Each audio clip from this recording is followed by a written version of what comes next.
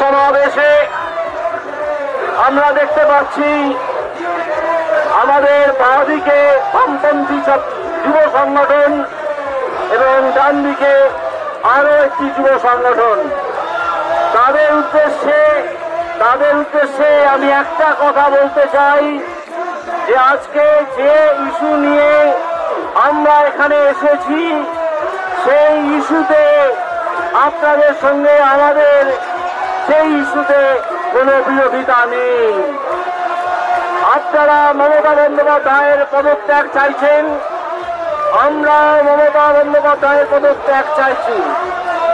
আমি ডিওয়াইএফআই ভাইদের অনুরোধ করব 10 সেকেন্ড চুপ করার জন্য। আমি ডিওয়াইএফআই ভাইদের অনুরোধ করব 10 সেকেন্ড চুপ করুন, 10 সেকেন্ড। তারপর যে সিভিক পুলিশকে গ্রেপ্তার করেছেন সেই সিভিক পুলিশের কোন মেডিকেল টেস্ট, মেডিকেল এক্সামিনেশন হয়নি। আপনারা জানেন যখন একজন মানুষ মারা যাচ্ছেন তিনি প্রাণপণে বাধা দেন। যেহেতু এখানে কোনো কথাই শোনা যাচ্ছে না, আমি দুদিকের দুই ছাত্রদলকে অনুরোধ করেছিলাম 10 সেকেন্ডের জন্য চুপ করতে।